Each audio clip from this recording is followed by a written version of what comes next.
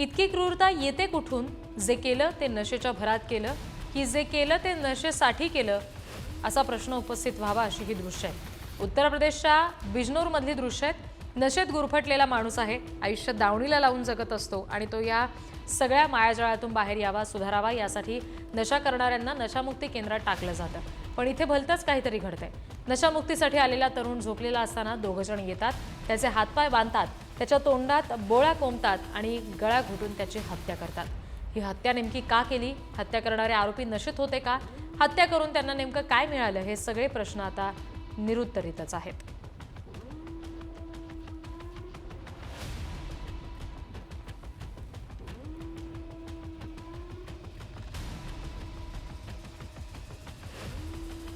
सकाळच्या भांडणाचा राग मनात आणि दुपारी थेट हाणामारीच.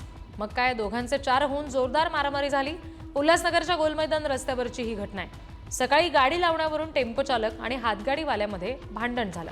मग हे भांडण इथंच थांबलं नाही, वादाचं रूपांतर हाणामारीत झालं. राग मनात धरून टेम्पो चालक दुपारी गुंडच घेऊन आला.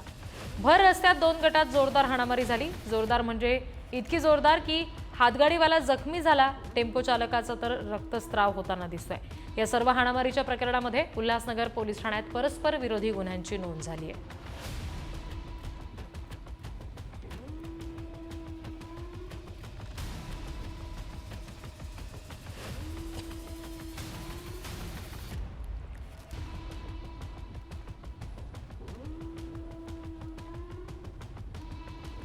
चोराच्या मनात चांदणं ही म्हण लहानपणापासून आपण ऐकत आलोय. पण इथे चोराच्या मनात चांदणं नाही तर म्हशी आहेत.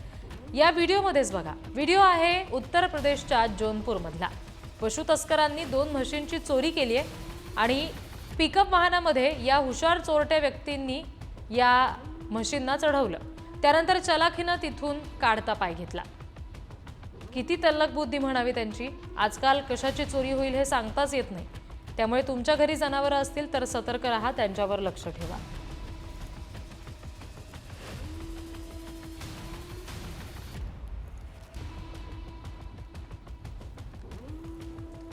बिबट्यानं शिकार करणं काही नवीन नाही, पण ती शिकार जंगलातच केलेली बरी.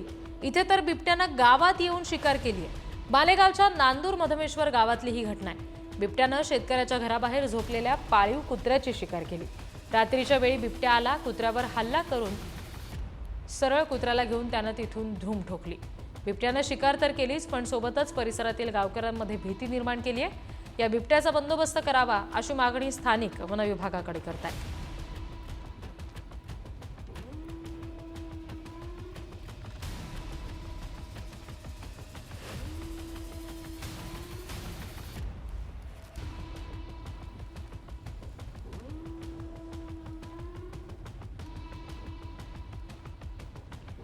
चोरी करायला गेला आणि भोपळा हाती आला. ही दृश्य आहेत नांदेडच्या हिमायतनगर मधली.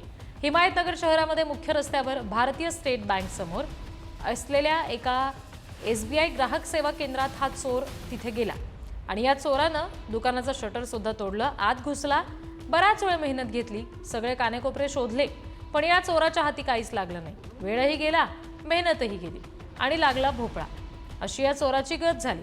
या प्रकरणामध्ये पोलीस चोराचा सध्या शोध घेत आहेत. हिमायतनगर शहरासह परिसरात चोरीच्या घटनांमध्ये सातत्यानं वाढ होते. अगोदरच्या चोरीच्या घटनांचा तपास सुरू असताना आता ही आणखी एक चोरीची घटना घडली आहे.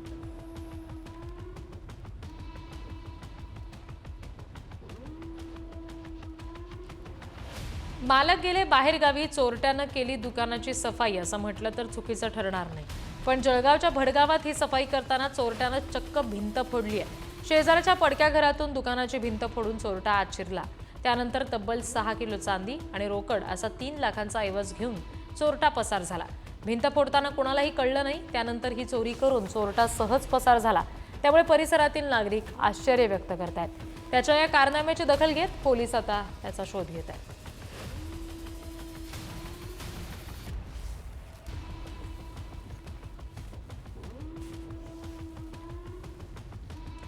सोन्याच्या दुकानात दरोडा, चोरी, लूटमार अशा घटना ऐकल्या असतील, पण इमिटेशन ज्वेलरीच्या म्हणजेच खोट्या सोन्याच्या दुकानात सुद्धा लुटीचा प्रयत्न किंवा चोरी ऐकले का?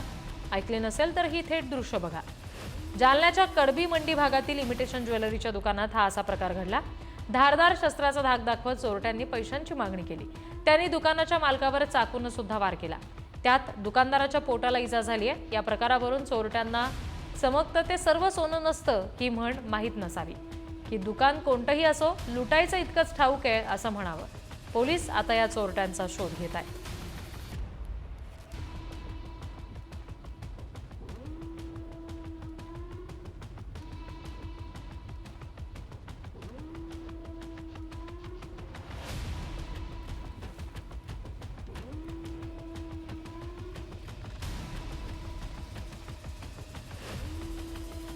आता काही जणांना इतकी घाई असते की काही सांगूच नका, तशातलाच हा सगळा प्रकार आहे।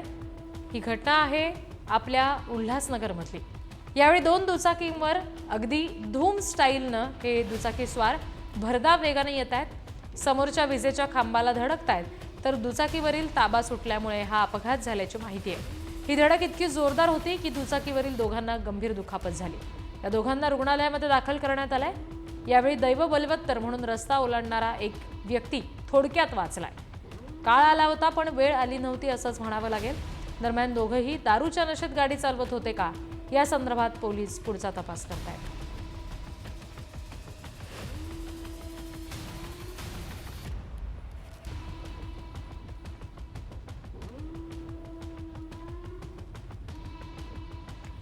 घरी सुखरूप परतण्याची प्रत्येक जण वाट बघत असतो।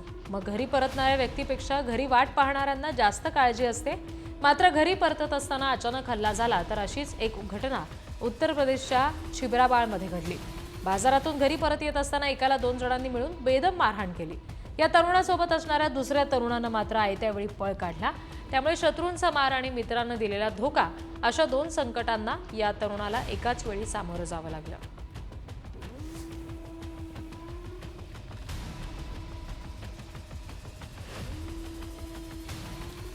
घरोघरी मातीच्या चुली नाही तर आता हिंसक वृत्ती घरोघरी असं म्हणायची वेळ आली आहे। भांडण करायला वेळकाळ आणि मारामारी करायला कारण शोधावंच लागत नाहीये।